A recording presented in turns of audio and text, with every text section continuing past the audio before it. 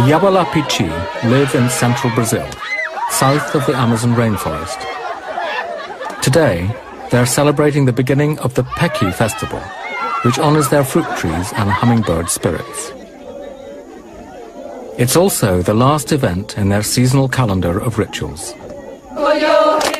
Colorful dances and games bring cheer to the hardest time of the year. For tribes of the Amazon Basin, the rainy season is a continuous one, lasting for half the year. But on this occasion, the Peki festival threatens to be very different. Unknown to the villagers, the village shaman has predicted a lunar eclipse. For a deeply superstitious community who fear the forces of the supernatural, an eclipse would bring powerful, possibly malicious spirits into their village. For the moment, the chief, his leaders, and the community are unaware of events about to unfold. The communities of Xingu, the rivers and lagoons, are the lifeblood of their culture. One of these Xingu peoples is the Yawalapiti. Today, the villagers of Yawalapiti are celebrating the Peki festival, unaware of any problems that may lie ahead. The festive games are called Alukaka, which will test the men's prowess and strength.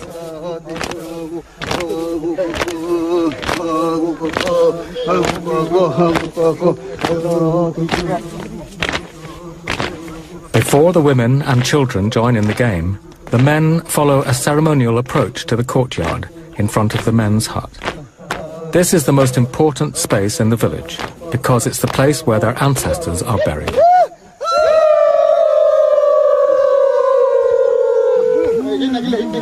The men have oiled up their bodies in preparation for an assault by the women, and it's Chief Aritana who calls the women to the men's hut. The men can only silently await the frenzy.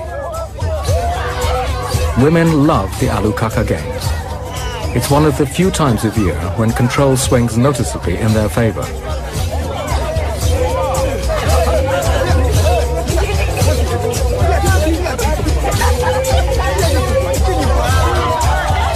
At the front is Chumin, the wrestling champion, and the line stretches back to the youngest and weakest.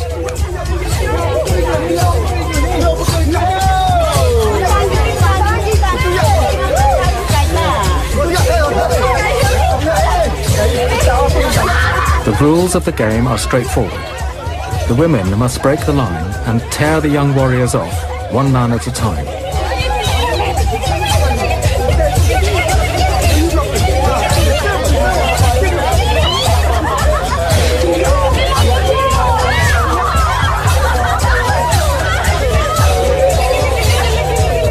Eventually, the only man left is the wrestling champion. The game ends when the women tear him away from the pole.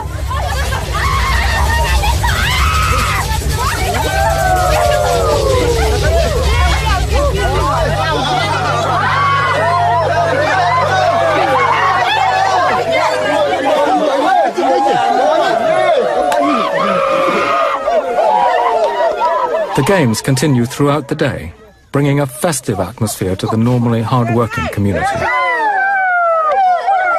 Around 200 people live in the village at any one time. Cultural events, such as the Peki festival, bring the community together. Everyone takes great pride to wear their traditional clothes and adornments. As the day progresses, the games become increasingly boisterous. The next game to be played is unashamedly sexual and great fun.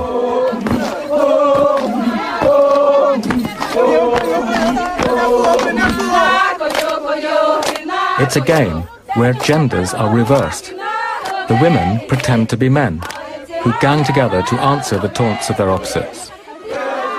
Pretending to be women, the men are pounced on by the other sex.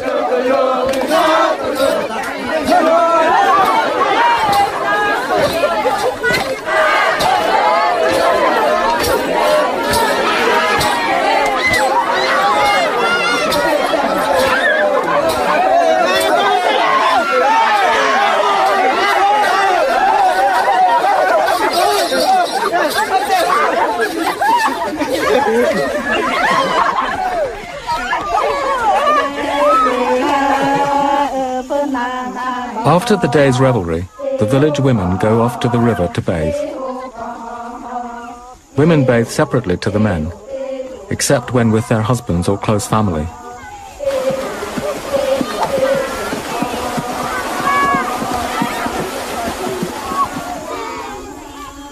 Now that the games are over, the village has quietened down. But an unexpected event has brought the Yawalapiti leaders to the men's hut. Chief Aritana has been informed by the shaman that tonight there'll be a lunar eclipse. For Xingu peoples, an eclipse is a sacred event. If it does indeed take place, this will mean postponing the Peki festival. The news will dramatically transform events in the village. Noi quata joga candere, iruka awapuka video. Keri. Kayunupa keri jumaka mapuka pai wanukari. Itapuka azo awakulukuka. Aju mahuti chupuluka, aju mahuti chup. Da aputuka pulitsabuka. One of the first rituals performed during a lunar eclipse involves the young men. They will be whipped as the Earth's shadow passes over the moon.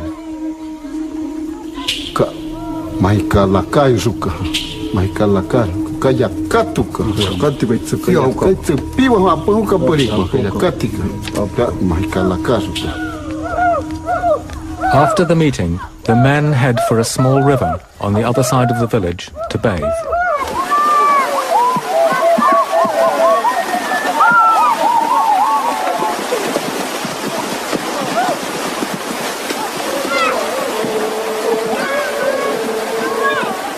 Before the leaders inform the young men that they will later be whipped, they must be sure that the eclipse really will take place. Traditionally, it's the shaman who predicts an eclipse, and a shaman has more than one way of knowing.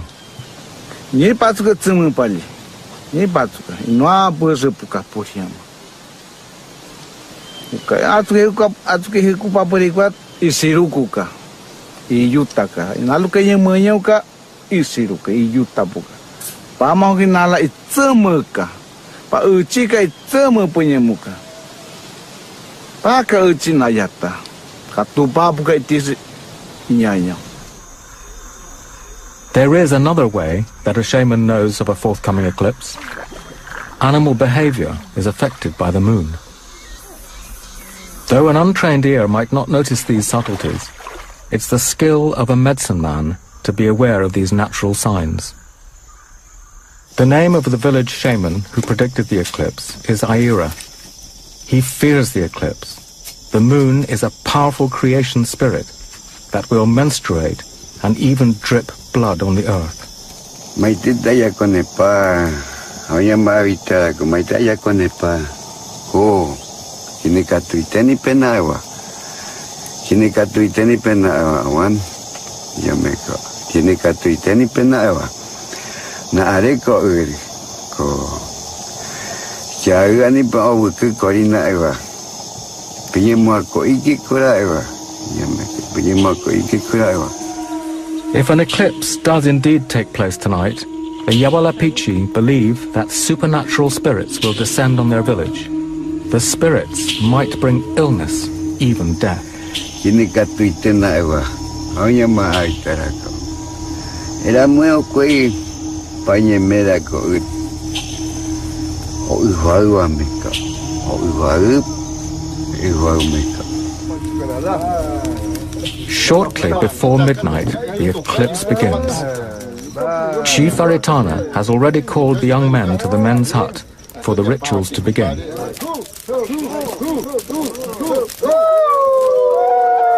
It's important that the tribesmen remain festive and good-natured. If they don't, then the spirits might punish them. An eclipse is seen as a time of renewal and an awakening.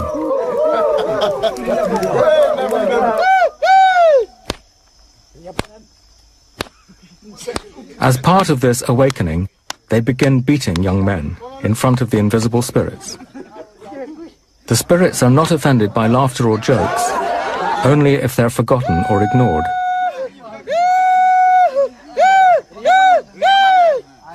The whipping is considered to make the young warriors more courageous. They rid themselves of old fears by running off into the dark.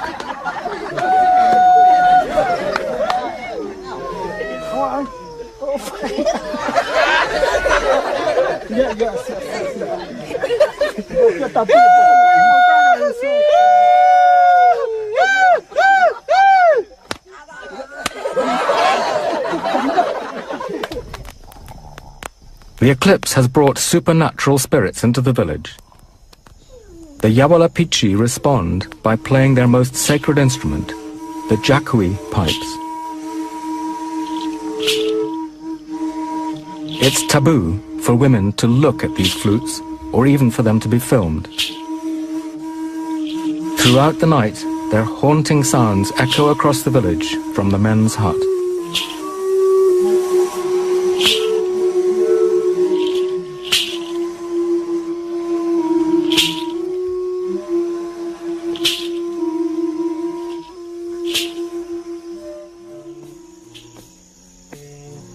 It's the first morning after the eclipse, and the cycle of ceremonies continues.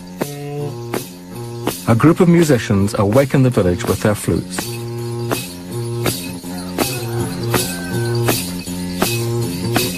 This is called the takwara ceremony, where the flutes must pass from house to house throughout the whole morning. Inside the long houses, young women are being painted up to join the procession. Both mother and daughter want to please the spirits of the eclipse and show them the effort they've made to enchant them.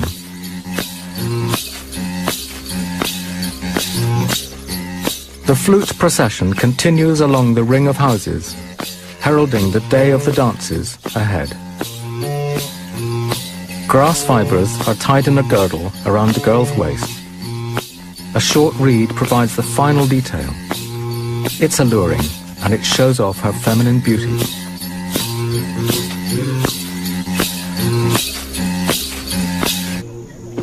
As the flute procession grows, the musicians pick up the adorned women as they move from one house to the next.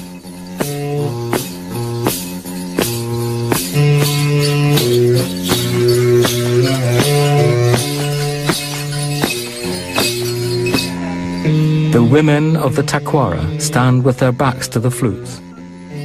They're not supposed to look at the musicians till they join them.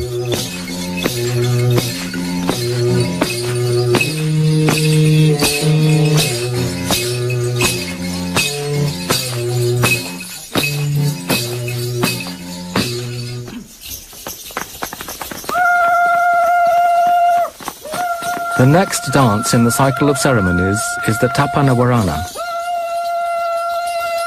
As with all the dances, it's being held to demonstrate to the eclipse spirits that they have not been forgotten. This is, in fact, a rehearsal, since the Yawalapiti practice all their dances, often for many days at a time. By late afternoon, it's in full swing.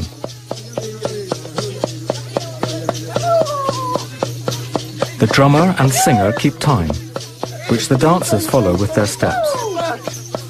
If the rhythm speeds up, the dancers respond by speeding up as well. The women hold on to the men to keep time. So long as they know the moves of the dances, any woman can dance with any man.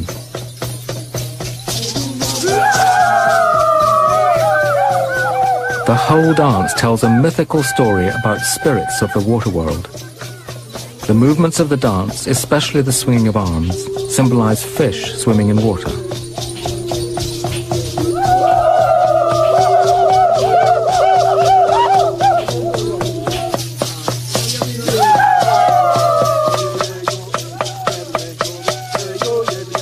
As the dance continues in the center of the village, Chief Aritana watches eagerly. Close by is the shaman Aira, ever watchful. Aritana is pleased that the day's dances have gone well. By honoring the traditions, it means that the supernatural spirits will protect his people.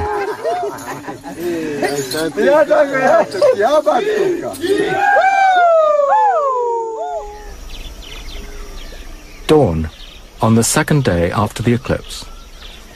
Two elders, Hinako and Yawalapiti, have gone spearfishing. The older men of the tribe still practice this traditional method of fishing, though nets and fishing lines are now common in the Xingu. But spearfishing is highly valued and highly effective.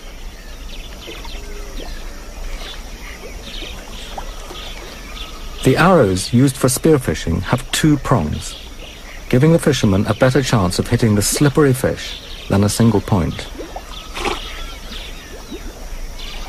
The hunter must not only be able to spot the fish through the water's glare, but aim through the surface, which distorts the true position of the fish.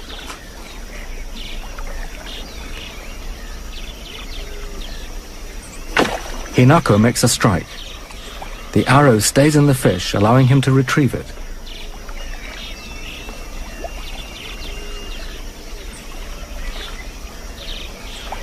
It's a perfect shot.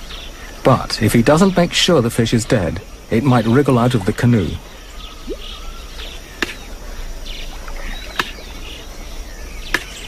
The elders continue stalking the fish throughout the morning.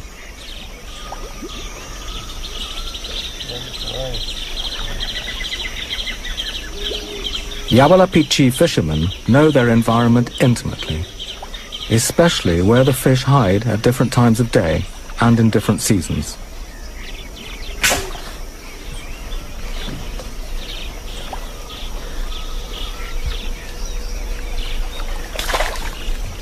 With their catch of the morning, the fishermen can return to the village, knowing that there's food in the men's hut for the rest of today's ceremonies.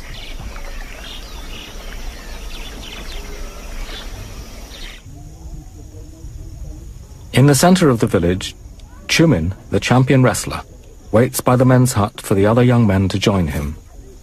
They've arranged to practice hookah wrestling in preparation for a contest that will take place during the next eclipse ceremony.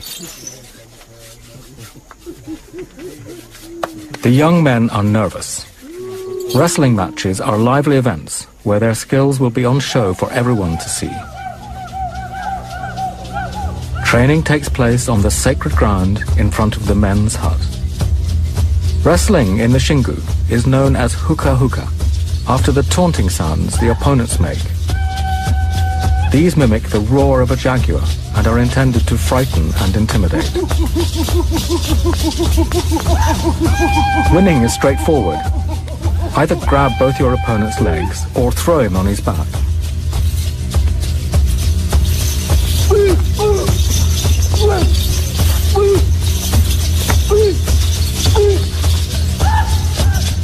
Each match usually has 2 or 3 rounds and lasts from a few seconds to a quarter of an hour. The length depends on what happens between the players, and every game is different.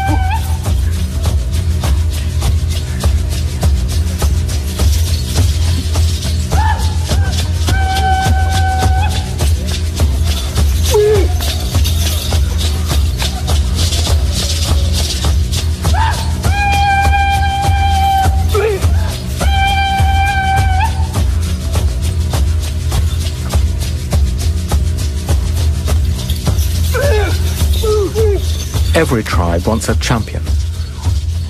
Famous wrestlers are talked about for many years after their death.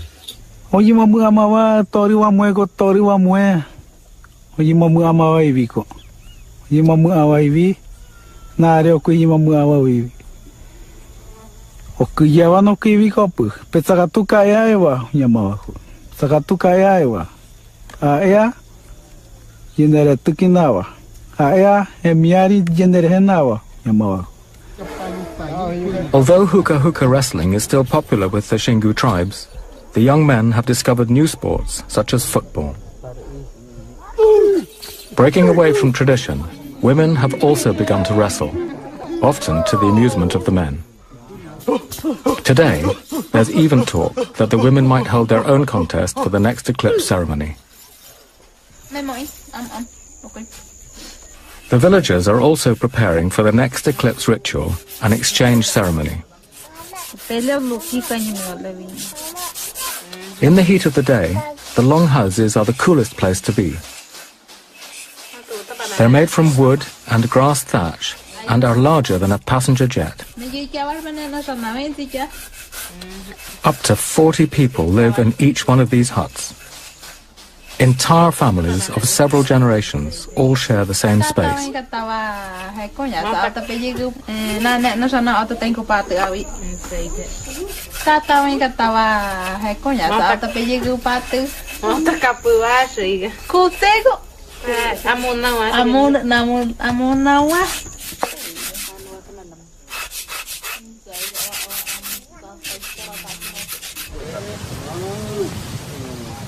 The exchange ceremony and the wrestling match, however, now look increasingly unlikely to take place today. A storm is heading directly for the village. The village leaders try to drive away the thunderclouds with a spell. Aritana can only watch in vain as the day's activities are forced to a sudden standstill.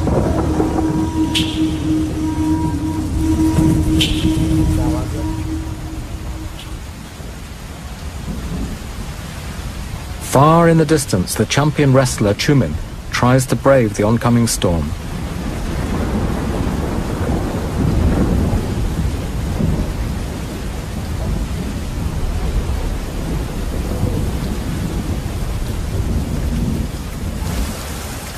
Two days have now passed since the Peki festival was first announced. The once festive mood in the village has noticeably changed. No one in the community can recall when a lunar eclipse coincided with a Peki festival. And now their best efforts to complete the cycle of ceremonies have come to a damp end. The next morning brings with it the first signs of discontent. Some villagers are complaining about headaches. Worse still, old rumors of sorcery have resurfaced.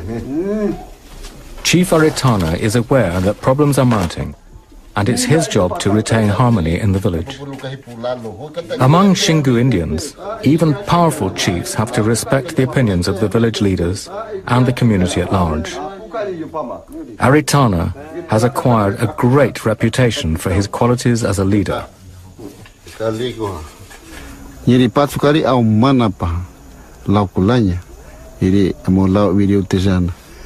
Pura irika akan diri jaya katwali iri awawiri kan diri iri ata ama makapa wano kakat itapu tsari kan diri awakini muteata azo ikunu taze azo. Daily life for the Xingu peoples includes the presence of ancestral spirits and supernatural forces. But the added presence of gossip and rumor make it no easy task being chief. In times of trouble, Aritana looks to his own guiding spirits. Yatama punya muka, pakah kapunga putacha pun yatama ka. Iruka yatama, kapapa putala puka ira yatama, ilipuka nata papa tala apa paluta puka ilipuka. One of the young men in the village has suffered a resurgence of nightmares and is blaming the presence of a bad spirit. Tatao is the chief's nephew, and he's decided to perform a painful bloodletting ceremony.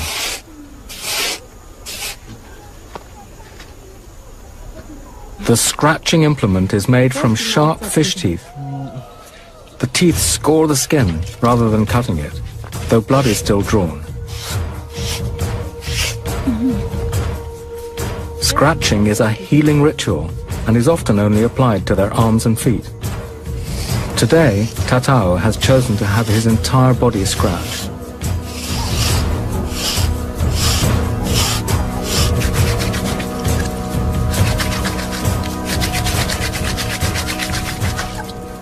Tatao's wife, Irika, has also chosen to perform the healing rite. It's exactly the same for women. They also endure the scratching with no show of pain or suffering.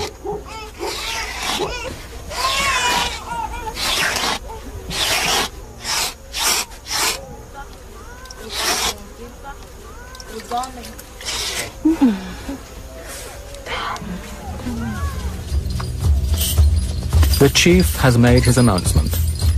The exchange ceremony and the wrestling contest will now go ahead. Some Xingu communities call the exchange ceremony Moitara, but in Yawalapiti, the exchange ceremony is known as Utluxi. Because it's only a demonstration ritual to please the eclipse spirits, one half of the village is pretending to be a neighboring tribe who have come to trade.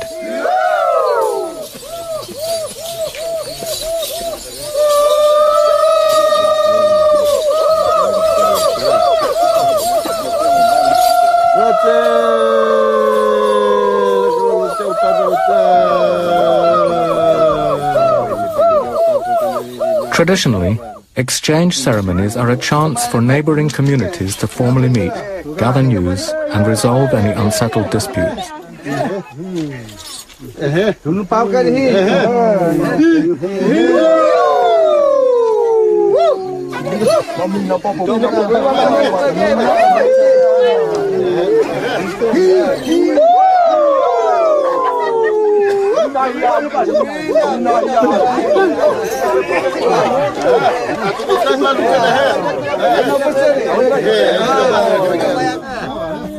When Xingu tribes meet to exchange and barter their crafts, the event is followed by a wrestling contest. The young men get a rare opportunity to demonstrate their wrestling skills.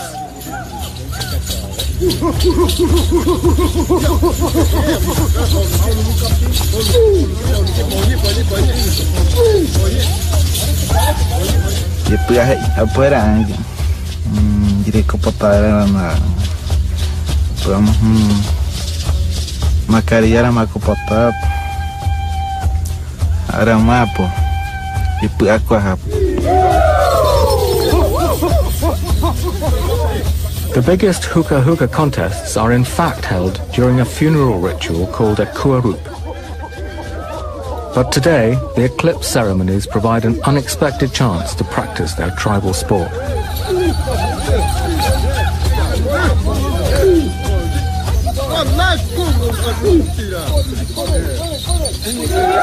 As the wrestling contest develops, the atmosphere among the young men becomes infectious, until the more formal duels erupt into a boisterous frenzy.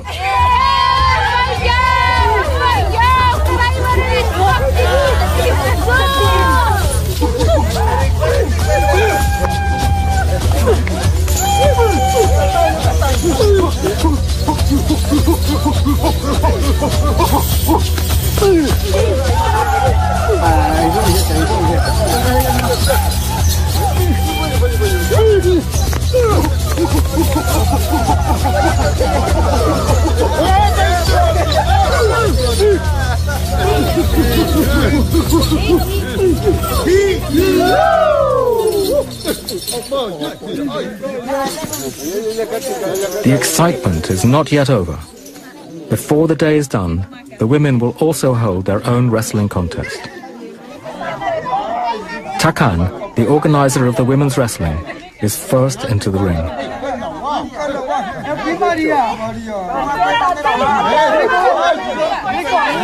The women use the same moves and the same skills as the male wrestlers. There are no special rules just because they're women.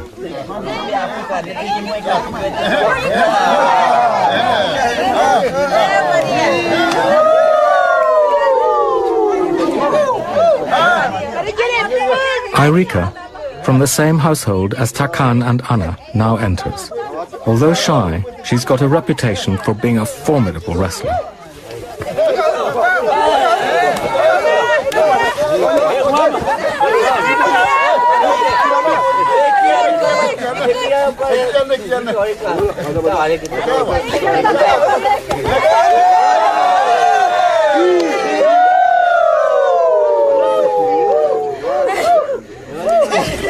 to ti kindoi. So gadang apici koi kinundato ojo kovel. Le pege le ti akisi ti kinundato. Ti enai berkialu ti nyale ti kinumbole ti tu patanye polule. Enai berkialu ti nyale ti tu paypole. La ti nyale berkilu ti tinya go. Ti go tu berkilu.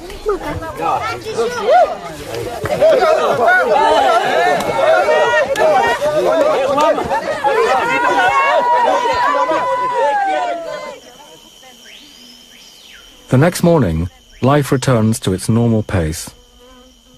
But there's still an atmosphere of excitement in the air, since the women are again planning a special ceremony. This time, they'll perform a Yamari Kuma. It will be the last eclipse ceremony.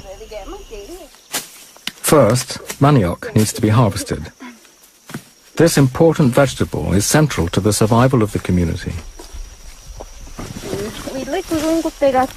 The manioc grows in large plantations on the outskirts of the village.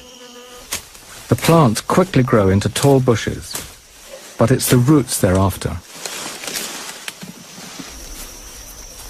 Among Xingu Indians, producing manioc bread is strictly a woman's role.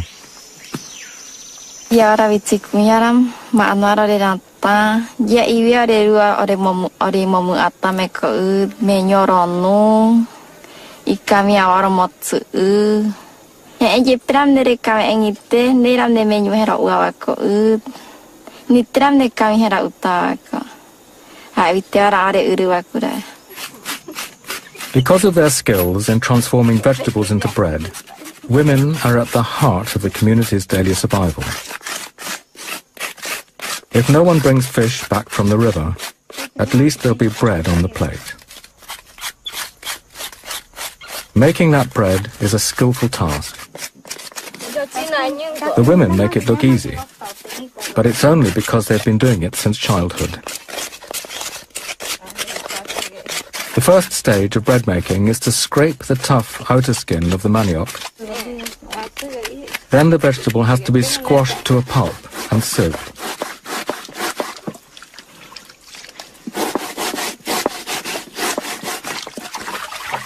The vegetable pulp is then washed to drain the natural toxins that would otherwise make a person ill. This in turn is squeezed several times till it's purified. The sticky dough is then left in the sun to dry.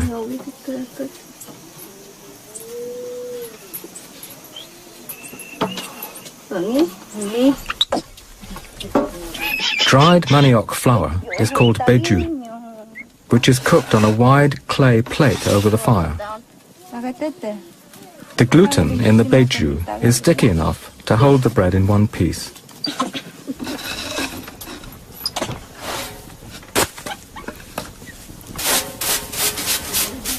Later in the day, the women prepare for the Yamari Kuma.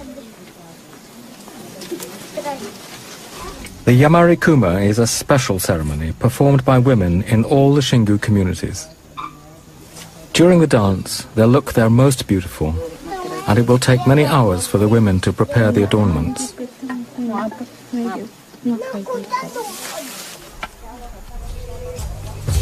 The patterns have no specific meaning, except that they follow geometric designs traditional to the Xingu region. Each woman is painted according to the expression of the painter, which will always be another woman. Solidarity is strong between the women, united by one overriding fact of life: hard work. Iyene kunyaram ikatu ako. Neya potat kunyaram jire kota. Ata ya I maare kunyaram na pot jiji upara na potarite. Aku ma emena ya iwa pu ya de koran. Arame kunyaram na ko potarite rak. The women usually marry around the age of 16, traditionally to a man chosen by their family. But times are changing. Takan divorced her chosen husband against her parents' wishes and later remarried. Asa toga laha papa no to kawe niat be enu pe asa toga kananu na to lai sagna to pirin sa asa nanu ma Ne kalaha asa to ne we shui ku nyama tai be pidi. Asa kalaha asa akapin sa ba amunuja. Asa we ke tu papai nyama to tambidi.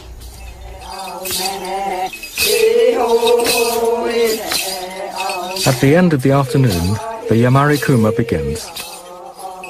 It's a ceremony usually reserved for welcoming only the most important visitors. But today, they're dancing for the eclipse spirits.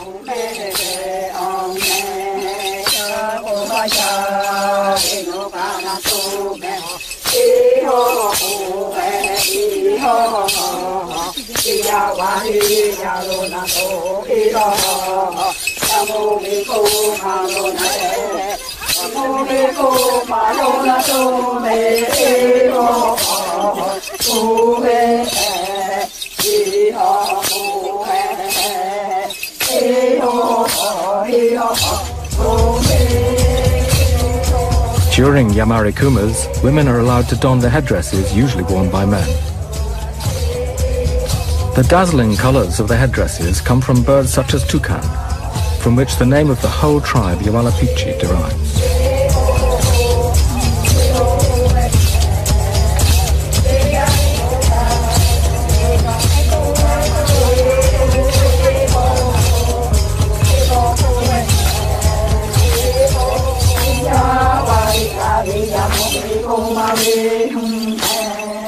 The Yamari Kuma continues for many hours and eventually comes to an end at dusk.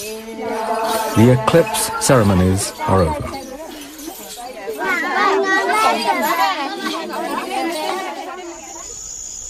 That night, something unexpected unfolds in the village.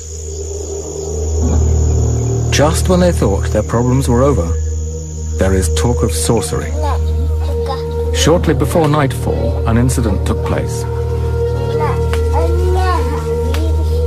A woman called Kerry fell into a delirious trance and ran over to the shaman's house, accusing him of witchcraft.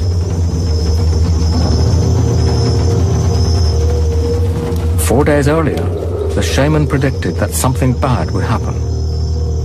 But not even Ayura could have guessed that it would happen to him. Since nightfall, the shaman's house has stood empty. He's fled Yawalapiti in fear of his life. Though it's only an accusation, Xingu Indians in the past have been known to kill sorcerers, and his family persuaded him to leave for his own safety. Meanwhile, Kere's family have sent a canoe upriver to fetch a famous shaman who they believe can break the spell. Inside the longhouses, the villagers are divided on whether Ayura is indeed to blame. Either way, Xingu Indians fear supernatural spirits, but even more, they fear sorcerers.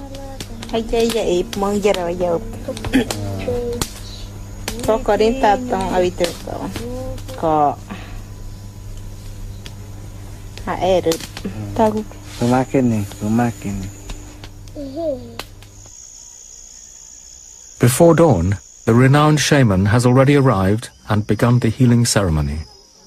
First, he inhales smoke, which is considered sacred.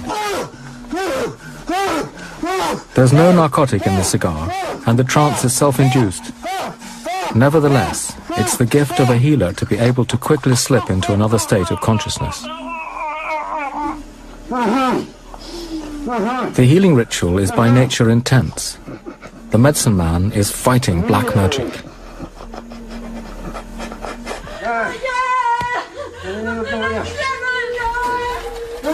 The shaman has now entered a world that only a medicine man sees and understands. He'll see shapes and objects that tell him what's causing his daughter's illness. A piece of string that he's found nearby suddenly becomes a physical representation of the spell that's strangling Kerry's soul. He cuts through the string, symbolically releasing the spell.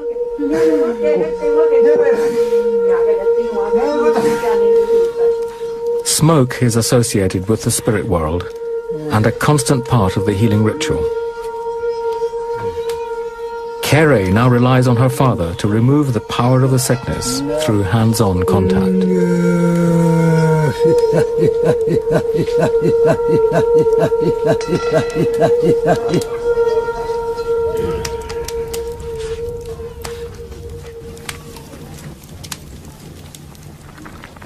Quindi sa quando il lotte hueke.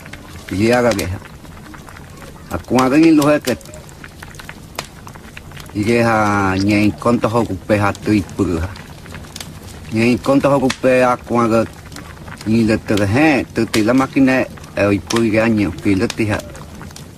For the rest of the day, the village waits while Kere recovers. Although the eclipse ceremonies are now over, they won't begin the happy Peki festival if anyone is unwell in the village. Meanwhile, 3 elders have been sent out of the village to talk to the spirits of the Peki trees. Before any festival can continue, the men must perform this traditional rite. They will ask the spirits that protect their Peki trees for more fruit in the year to come.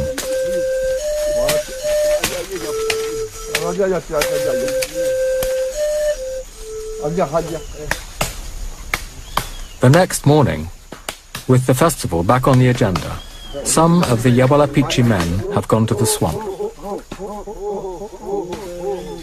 They're cutting wood to make carvings of hummingbirds used in the climax of the Peki festival. Xingu Indians believe the tree to be guarded by spirits that take the form of hummingbirds. The fruit of the Peki tree provides them with oil, and is also cooked and eaten, or made into a drink called mingao. As soon as they've brought the wood back to the men's hut, the birds begin to take shape. Bird carving is a man's job, and each one of them takes great pride in his handiwork.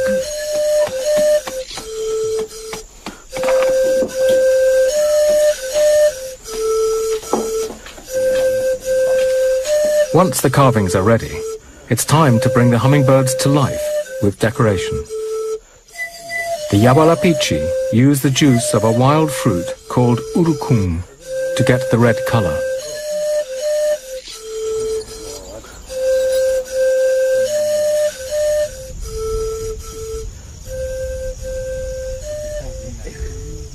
The hummingbirds are ready. They're left in the most sacred space of the village, in front of the men's hut, where the ancestors are buried. There they will stand until it's time for the bird ceremony to begin. Finally, the villagers return to the celebrations of the Peki festival. Even Aritana is pleased. They've decided to continue with the Alukaka Games interrupted 5 days ago by the eclipse. Starting at the far end of the line, the women try to break off one man at a time. They're allowed to pull, grapple, tickle, thump, pry and squeeze. This, of course, can be painful for the men, and for those watching, highly amusing.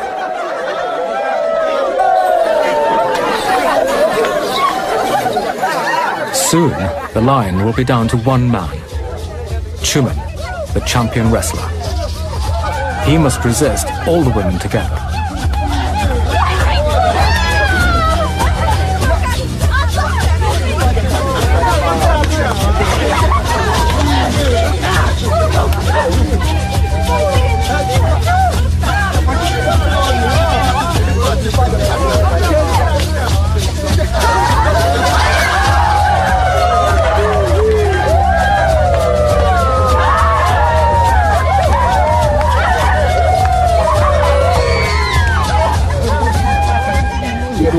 Ya pena kau ya pena tu ya pe. Tadan kuya mira norang itu ya. Sampai awak ya i kaya ni opukeria wa norang itu ram. Ini aku yang Amerika wa haran norang itu ram. Kata tapi kan nak api tu kau kena tu. Kau ini nak kau cikgu kau milih kan milih tu cai ke. Kuya mira ihana tak kuah. Kuya mira ihana tak. Buat kuya mira ko. Pai oleh ihana tak kuya mira. The Alukaka Games are now over. They began 5 days ago, before the eclipse interrupted the festive occasion and brought great change to the village. Tomorrow, life in the village will return to normal, and they'll remove the elaborate decorations worn at the ceremonies. But there is one final dance to be performed, and for this, the men go to special effort to paint their bodies. The decorations range from butterflies to imaginary beings. Kaino pa avirio. Luka avirio kali. Asumwa pu lukari. Iruka kaniri. Akaka isumwari iripu.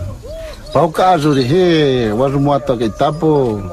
Makakuji akaka taha. Makakuji akaka mapali. Makakuji akaka waketika mapali.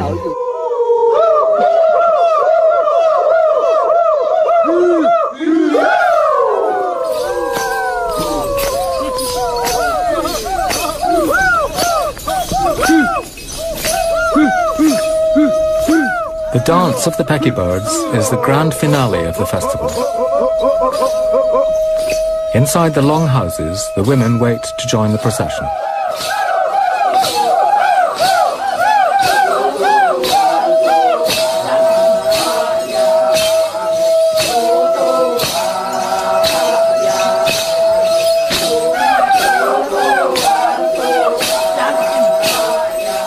Each longhouse receives a procession which moves from house to house throughout the afternoon.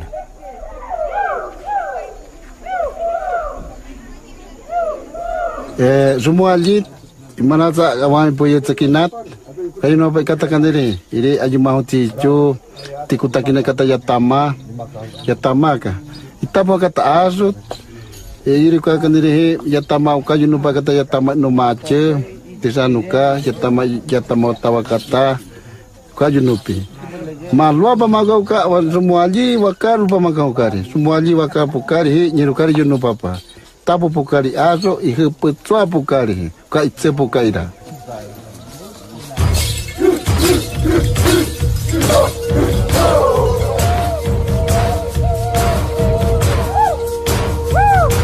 Visible to all on the tall poles are the sacred hummingbirds.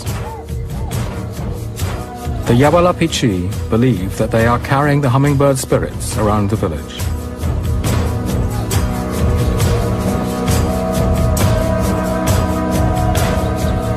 The ceremony comes to an end where it began, next to the men's hut, the most sacred place for the Yawalapiti.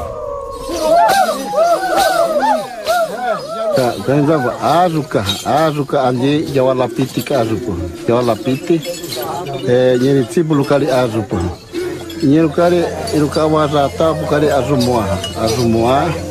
Ata wati kutawa wuhuputse pari azumua ajiriu makatari akan iri ajanya wosnyao uta iri paha video tizana apuja kanau makatari atah pupari a video tizana berapa tari pahapa wakaya tapari iri azumua.